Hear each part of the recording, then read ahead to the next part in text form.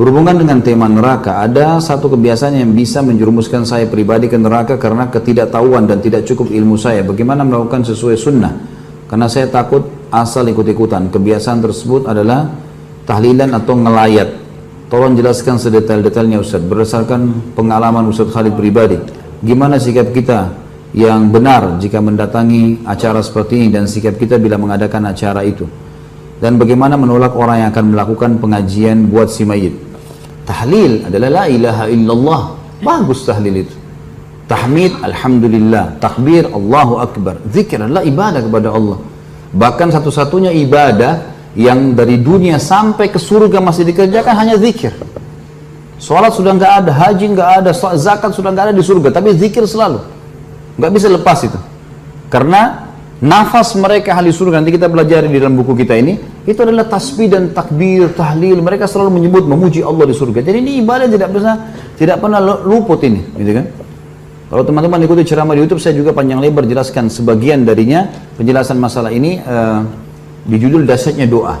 Panjang lebar saya jelaskan masalah itu. Tapi yang jelas teman-teman sekalian, zikir adalah ibadah kepada Allah. Cuman setiap ibadah yang kita kerjakan harus sesuai panduan Nabi Sallallahu Alaihi Wasallam. Begitu. Zikir Nabi kerjakan iya. Zikir habis sholat, ada zikir pagi sore, gitu kan? Ada zikir yang beliau baca, misal atau doa dibaca pada malam hari, ada dibaca pada saat sujud, pada saat ruku. Ada tempat-tempatnya semua. Nabi SAW kalau memandu itu ada yang ditentukan tempat-tempatnya, ditentukan jumlahnya, gitu kan? Baik. Sekarang kita yang ditanya sekarang bagaimana kalau ada orang mati lalu mengadakan acara zikir? Bagaimana acara ini? Baik, tanya sekarang, apakah Nabi SAW kalau ada orang mati berzikir di situ? Ada nggak riwayat yang menyebutkan satu saja riwayat Nabi SAW pernah ada sahabat Nabi datang orang mati panggil, ayo sini duduk berzikir lalu suruh membaca semua zikir. Belum ada satu riwayat pun masalah itu. Jadi kalau kita menjelaskan ini bukan oh ini Ustadz larang zikir, salah ini. Jangan begitu pemahamannya. Kita sedang memandu, meletakkan sesuatu pada tempatnya. Batu bata itu kalau ditaruh pada tempatnya, nanti tembok ini bisa rapi begini, ini karena batu batanya rapi. Ya kan gitu. Kalau menonjol jadi jelek. Kalau kita sedang bertakziah, kita fahami dulu pertama sekali definisi takziah. Meringankan beban keluarga mayit. Bukan untuk mayit. Makanya Nabi SAW kalau takziah ada orang mati disuruh bawa makanan. Hai ahli Madinah, bawakan makanan keluarganya Ja'far. Waktu Ja'far mati syahid di perang Mu'tah. Karena mereka tertimpa apa yang tidak menimpa kalian. Hibur mereka, doain. Begitu. Nabi SAW datang juga selama 3 hari. Tapi gak pernah Nabi duduk zikir sama mereka. Gak pernah sama sekali. Jadi jangan, oh ini berarti larang zikir. Bukan. Letakkan pada tempatnya saudaraku. Kenapa sih kalau kita contohi Rasulullah SAW, apa ruginya? Nggak ada ruginya kan?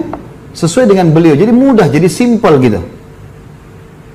Saya pernah jelaskan ini, tapi sekarang saya reviewkan, saya pernah mengalami ada mertua saya meninggal di Jawa Tengah, di Jawa Timur. Kemudian pada saat meninggal di rumah sakit, alhamdulillah kebetulan saya pas ada.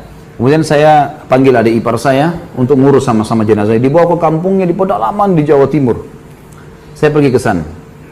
Kemudian diuruslah jenazahnya, saya panggil adik ipar saya ajarin caranya ini begini, cara mandikannya segala macam, bersihkan kotorannya. Udah selesai semuanya perawatannya, lalu kemudian kami taruh jenazahnya, insya Allah sebentar lagi kita akan bawa ke masjid nih. Udah. Ada orang-orang datang semua, kemudian kita bawa ke masjid. Habis sholat di masjid, rupanya ada tradisi-tradisi yang ada. Biasanya orang berdiri dulu, ngomong dulu segala macam, disuruh saksikan ini orang mati begini, isyhadu dan seterusnya. Khair semuanya gitu. Baiklah, ini waktu orang mertua saya meninggal tidak pernah kita buat itu. Habis dia disolati, sudah jemaah sekalian sudah disolati, kita bawa ke masjid. Nabi SAW dalam riwayat dikatakan solati sahabat langsung sahabat berlumba-lumba memikul jenazah itu segera. Lalu kata Nabi SAW, kalau di punggung kalian orang saleh, maka dia si jenazah itu ruhnya akan berkata, sungguh gembira, kalian akan membawa dia ke suatu tempat yang senang, menyenangkan. Lalu kalau dia orang buruk, maka itu seburuk-buruk yang ada di pundak kalian. Karena dia akan berkata, kemana kalian akan membawanya, sungguh celakalah dia. Begitu seterusnya, sampai dibawa ke kuburan. Lalu Nabi SAW menurunkan jenazah, dan diturunkan jenazah ini, kemudian mereka naik, lalu kemudian ditutup. Itu sunnah Nabi SAW. Maka saya lakukan seperti sunnah ini. Jadi nggak ada lagi dibuka kupingnya, diazanin, panggil anaknya azan, kena azan untuk sholat, gitu kan. Nggak ada hubungannya sama orang mati. Allah mengatakan, innaka la tusmi'u man fil kubur. Kau tidak akan bisa memperdengarkan orang yang di kuburan, hai Muhammad. Sudah selesai orang mati, mau diazanin untuk apa gitu? Ada yang lebih unik, ngajak bicara orang mati itu. Saya pernah lihat itu di kuburan, dia pegang kertas, orang-orang di sebelahnya nggak ngerti. Saya ngerti apa yang dia bilang. Hai fulan bin fulan, kalau malaikat mungkar nakir datang tanya siapa Tuhanmu, jawablah Allah. Kalau antum ada orang meninggal, antum ikut, lalu antum lihat dia pegang kertas, itu dia ngomong sama orang mati biasanya. Kalau datang tanya siapa nabimu, bilang Muhammad SAW. Kalau datang tanya agama, bilang Islam. Jadi dia memandu orang mati. Apa yang mau dipandu nih?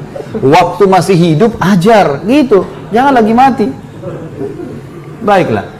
Kita turunin jenazah itu, ditutup, lalu saya naik sama ipar saya, sama satu orang lagi bantu, setelah kami keluar ditutup. Rupanya saya nggak tahu di situ ada beberapa teman-teman kiai yang hadir. Kemudian setelah itu saya jalankan sunnah Nabi SAW. Apa sunnah Nabi? Nabi SAW waktu pernah mengubur sahabatnya, jenazah sahabatnya, langsung beliau berceramah tentang proses orang mukmin kalau ruhnya mati, maka akan datang 3 malaikat, kiri kanannya malaikat rahmah membawakan kafan dari surga, malaikat maut dibunuh-bunuh kepalanya mengatakan, hai jiwa yang baik, keluarlah kepada pengampunan Tuhanmu, lalu ruhnya keluar lebih mudah daripada air dari mulut kendi. Terus saja saya sampaikan, sampai saya sadari, ipar saya menangis dan orang-orang banyak yang nangis, karena riwayatnya panjang itu, tentang ruh orang beriman keluar, kemudian mengeluarkan bau lebih wangi dari bau kasturi, naik ke langit, semua malaikat menyambut ruh itu. Kemudian terdengar Allah mengatakan, catatkan hambaku ini termasuk penghuni surga, kembalikan dia di dunia, di sana saya ciptakan, di sana pula saya bangkitkan. Lalu diantar ruhnya bersama jasadnya dimasukkan oleh kerabatnya.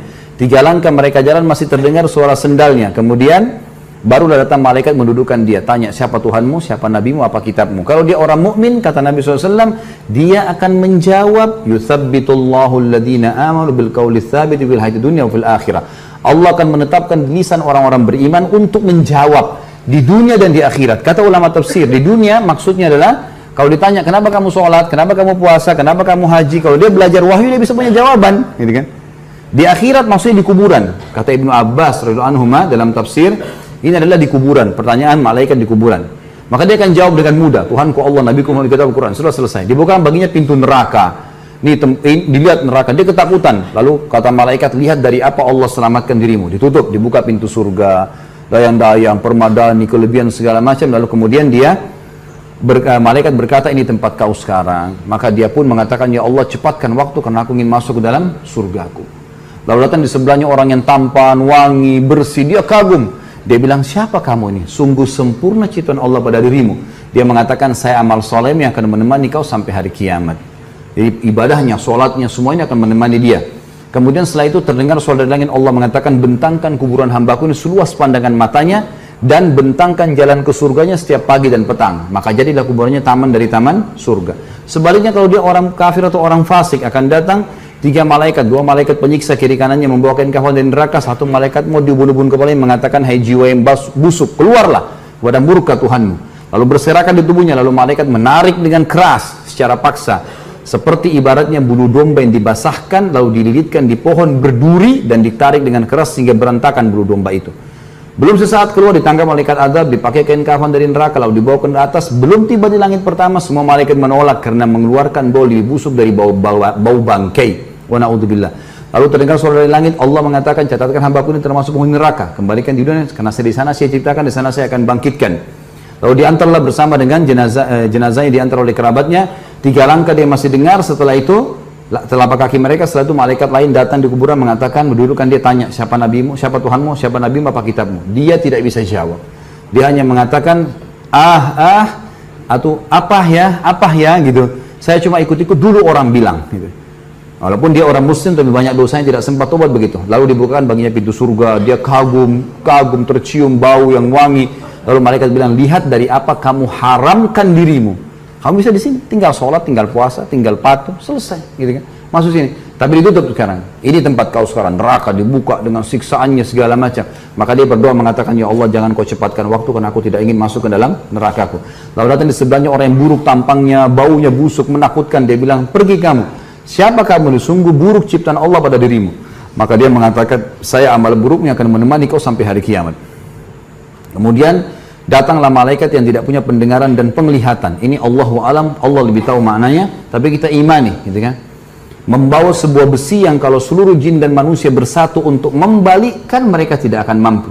Yang akan dihantamkan ke kepala jenazah ini, kemudian dia hancur, lalu diutuhkan kembali, begitu terus sampai hari kiamat. Itu keadaannya. Maka riwayat ini saya sampaikan teman-teman sekalian, pada saat itu ternyata ada yang sempat menangis. Ya. Setelah itu kami pulang, dan saya bilang sebelum pulang, bapak-bapak sekalian, kami membuka rumah orang tua kami untuk takziah selama 3 hari. Sunnah Nabi SAW takziah itu adalah begini: datang, doakan, sabarkan kami, dan lagi berminat membawa makanan silakan. Kami tidak siapkan makanan dan minuman, karena sunnah Nabi SAW gitu. Alhamdulillah 3 hari itu nggak ada acara apa-apa, nggak ada ribut-ribut, nggak ada. Orang datang, doakan, kita pergi, bawa makanan pergi. Hanya banyak orang yang datang waktu itu, tokoh-tokoh masyarakat datang terus ngobrol sama saya, banyak yang bertanya masalah hukum. Sebelum saya pulang ke Surabaya, kemudian balik ke Jakarta waktu itu, ada beberapa tetangga, keluarga mertua saya mengatakan, kami selama ini hadapi kematian belum pernah seperti ini. Kami merasa 3 hari ini nggak ada beban. Dan sekarang seperti kami sudah ikhlas melepaskannya. Sebenarnya sunnah Nabi SAW. Tapi teman-teman sekalian, kalau ada orang yang tetap mau melakukan haknya dia, saya tidak larang ya. Jangan bilang Khalid Basalamah larang, sehingga lagi menyesatkan. Tidak. Silakan buat, yang antum mau buat silakan, bebas, gitu kan. Semua orang bertanggung jawab. Tugas saya menyampaikan saja, gitu kan. Berada di zona aman lebih baik daripada zona yang tidak aman, gitu kan. Walaupun anggap tidak haram, tapi minimal syubhat.